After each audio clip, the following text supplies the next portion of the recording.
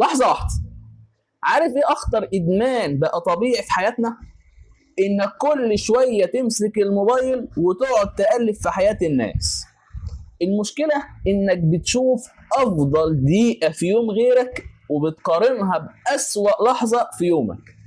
هو منزل نجاح وانت عايش تعبك، هو منزل سفره وانت لسه راجع من شغلك، هو منزل ضحكته وانت شايل هموم محدش يعرفها.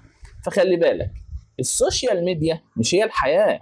السوشيال ميديا دي عبارة عن معرض لأجمل اللقطات، لكن عقلك بينسى ده وبيبدأ يقنعك إن كل الناس مبسوطة إلا أنت، وكل الناس سبقتك وأنت اللي متأخر.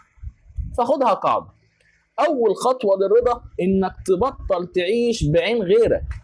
اقفل شاشة المقارنة تماما وافتح صفحة حياتك، قارن نفسك بنفسك وشوف انت بقيت احسن من امبارح في ايه، وركز في ورقتك وبس كده. سلام.